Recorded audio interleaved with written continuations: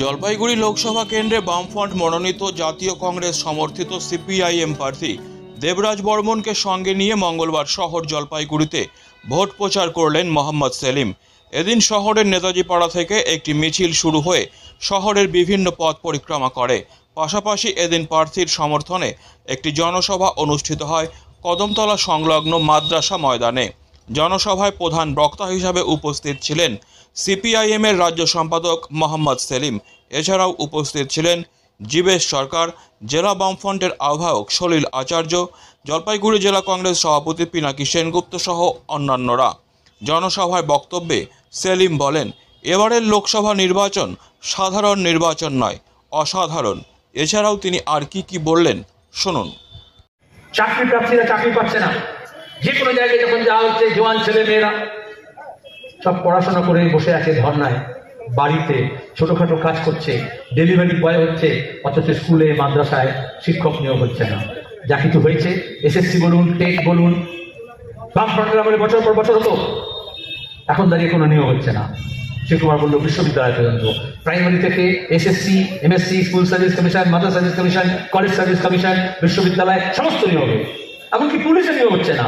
যে পুলিশকে নিয়ে এত হম্বিতম্বি করছে, আমাদের রাজ্যে সবচেয়ে বেশি পুলিশে ঘাটতি আছে, নিয়োগ হয়নি।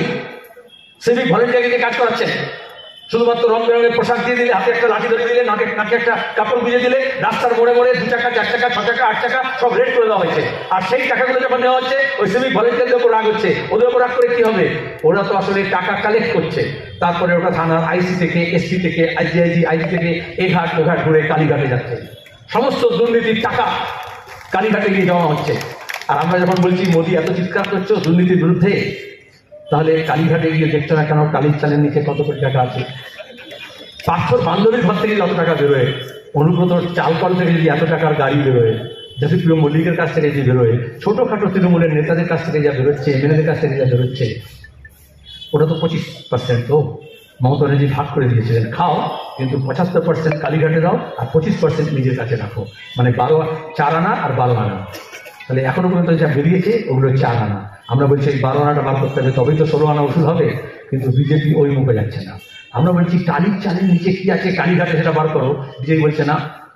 কুতুব মিনারের নিচে কি আছে ওটা খুলে দেখতে হবে, জ্ঞানপাপি মসজিদের নিচে কি আছে ওটা খুলে দেখতে হবে, না তো তাজমহলকে খুলে দেখতে হবে তার নিচে কি আছে। ওরে মাথা খুলে মরে যাবে, তাজমহল আর কুতুব মিনারের নিচে কিছু পাবে না, তাকে কালীঘাটে গেলে অনেক কিছু পেতে পারছি।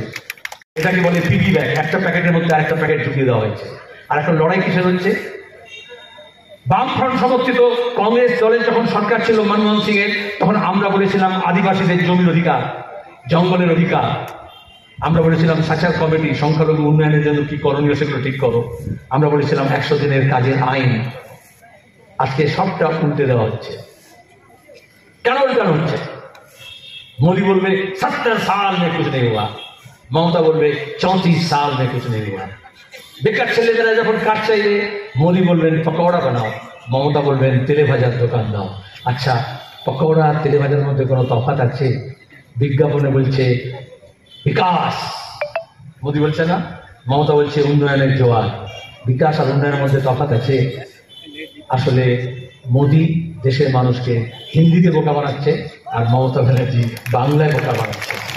আমরা বলি সাধারণ নির্বাচন, জেনারেল ইলেকশন, কিন্তু এবারের এই নির্বাচন সাধারণ নয়, অসাধারণ।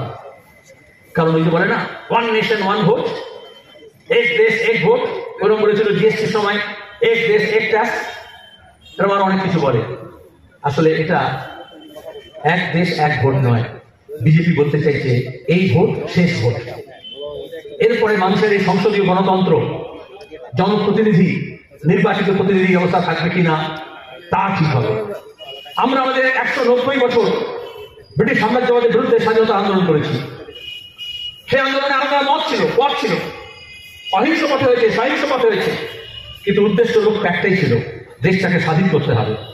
কোনো রাজা রানী সম্রাটই দেশ চালাবে না লন্ডনে বসে।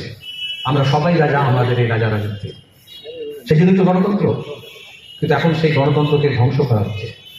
ছোট মিনি এক্সাম্পল দেওয়া যায়, আমাদের পঞ্চায়েত পুরসভায় আমরা দেখেছি, আমাদের রাজ্যে কলেজ সংসদের নির্বাচন, ইউনিয়নের নির্বাচন, কোঅপারেটিভের নির্বাচন, কিভাবে তৃণমূলকে দিয়ে গণতন্ত্রের গলি টুটি চেপে ধরা হয়েছে।